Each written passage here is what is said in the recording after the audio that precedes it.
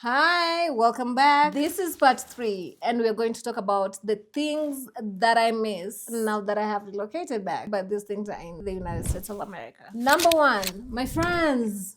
I miss my friends. I've always prioritized friendships a lot in my life because my friends have shown up in a way that family has not been able to show up for me because I was living abroad and they were actually my family. There are plans to go see them and they're also coming.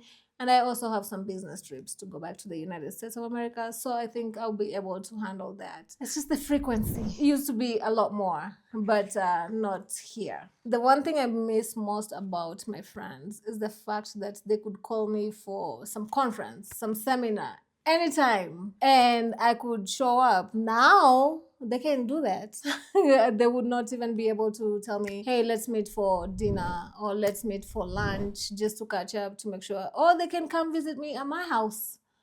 Now they can't do that as often as I would love them to do. Something else that I miss is skiing and going to ski lodges. Kenya is a very tropical country and we love it for that. But I do miss doing that, going to a ski lodge and doing that. It has its own vibe and you meet a different group of people there. This is something that I learned as an adult and I want to keep going with it and also involve my son in it. So I do not have access to that here in Kenya. My love for skiing came when I went to school in Minnesota. In Minnesota, there's ice and snow for 8 months of the year. So you gotta love everything that I would say Caucasian people do. Ice fishing, skiing, all those cold activities. So I learned how to appreciate them. And I found that skiing would give me the lodge experience where it was warm and cozy and I could go outside and enjoy the snow and then just get out of it. It's not like ice fishing where I gotta sit there in the cold. That's why I miss skiing. When you go skiing and you're going down that mountain, it feels so freeing. It's like your brain has opened up. You're feeling like you're leaving all your problems behind. At least that's what I feel. I feel like I can think better when I'm there because it's very clear. The air is crisp and you're there. It's just you and that mountain. And you're just going down until you get to the end, to your hot chocolate.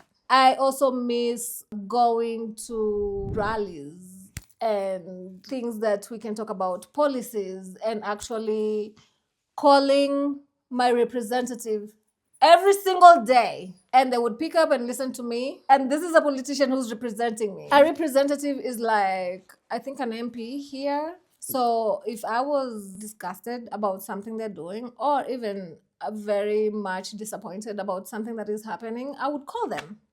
I can give an example, like what is happening in Syria. I would pick up and call my representative and tell them that I am tired of seeing dead bodies on my TV.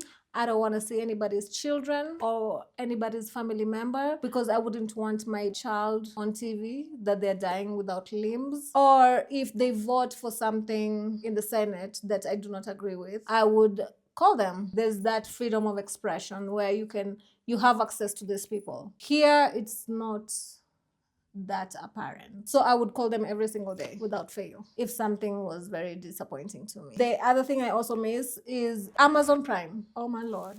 Yes. Please, I need them to come to Kenya. I would order something today. I will be here tomorrow. It doesn't matter what it is. It could be a whole bed. And that would work. I need that in Kenya. I miss Amazon Prime. I miss Sephora, where I can get my makeup and go spend money. Ulta, yes, I'm very vain that way. The malls, yes, there's malls in Kenya. Good malls. But I like the options. In the United States of America, there's a lot of options that are not available here. The other thing I do miss about America is that I never used to pay tuition. School was free for my child. Here, let me tell you, that's all I work for, to pay tuition. If I go broke, I don't even know how my son is going to go to school because pretty much they bankrupt me in the school, like literally. It's not like when I was going to school. So now they need all these things. So back in the United States, when you pay your taxes, school is free. The school bus is free. They get lunch. They get breakfast for free in school. Yes, all the child needs to do is just prepare and get themselves in a school bus. That's it. All the support that they need, whether they have special needs or not, provided by the county. I pay for everything here. Everything. School bus. I had the amount of money that they're charging me per term. You know, I had to make real life choices and wonder, do I really need that new foundation that I was thinking about buying? Do I really need it? Do I really need that new handbag? You know, I might just fly coach my next trip because what? It is ridiculous. Yes, I miss free school and the fact that taxes were working. I also miss the amount that I used to pay for cars over there. Cars are cheaper in the United States of America. Getting a car in the United States of America, there's a lot of options and the cheaper. The way they have set up the laws in the United States of America, it is very hard for somebody to import like a whole car and sell it for an expensive price in the US. These are laws that have been put there to protect the consumer, who is the American citizen. But here also, like if I wanted a car in the United States of America today, this is 2024, I would this is August, September actually, I would be able to have access to a 2025 car at this time. Here, 2017 and 2018 is pretty new. And it is double the amount I would pay in the United States of America. Ridiculous. The reason why the cars are very expensive in Kenya, I don't think there are any laws protecting the consumer